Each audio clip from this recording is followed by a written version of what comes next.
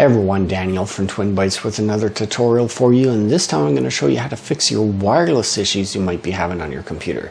Maybe you'll see that there's no wireless hotspots available showing up on your computer, not even your neighbors, and that means that it's not your router, it's something with your wireless card.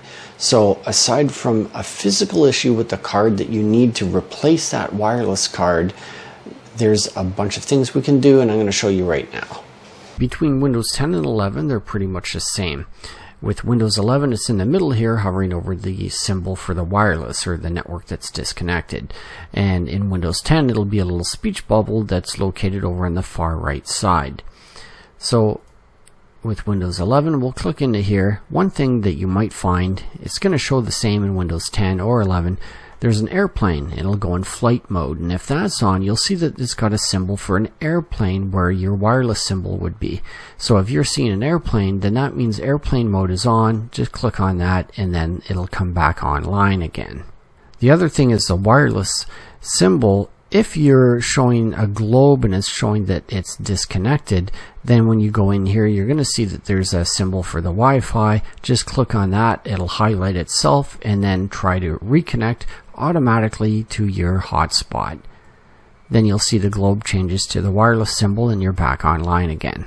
The other thing is to run troubleshooting. So whether it's in Windows 10 or 11, you can go in the control panel and just type in troubleshoot, and then you'll see there's troubleshooting. You can go into network and internet, and there's internet connection. So it'll find and fix any problems connecting to the internet. So you would just go into that and run through the wizard, hitting next all the way through until it finds and fixes the issue.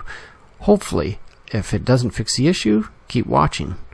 The other thing could be the driver. So if we right click on the start button, you can go into device manager. When the device manager opens, you'll see there is network adapters. You can click to expand it, but if it's already expanded, that means there's an issue in here somewhere, and you might see the issue with your wireless card, and your wireless card will be different for you depending on which make and model you have. If it's showing a symbol over it like it's disconnected or has some kind of an issue, you can right click on it and do one of these things here. Maybe it's disabled and it would say enable device. In my case it says disable device because it's already enabled. That's the first most obvious thing to check. The other thing may be to run an update, so it might be that it needs to be updated and it can find any updates automatically, possibly through Windows updates. Also, what you could do, and I find fixes a lot of issues, is uninstalling it. Once it's removed, then you can either reboot or just scroll to the top, right click on your computer name and scan for hardware changes. Then it will look for it and reinstall the driver, and you may find that fixes the issue. Other than that, you might need to go on the manufacturer's website where you can download the driver, and they're different for every single manufacturer, so I can't possibly go through them all here, but you would just search for your computer make and model number and download the driver and run the installation for it. And if none of those things work, there may be something physically wrong with the wireless adapter that you have.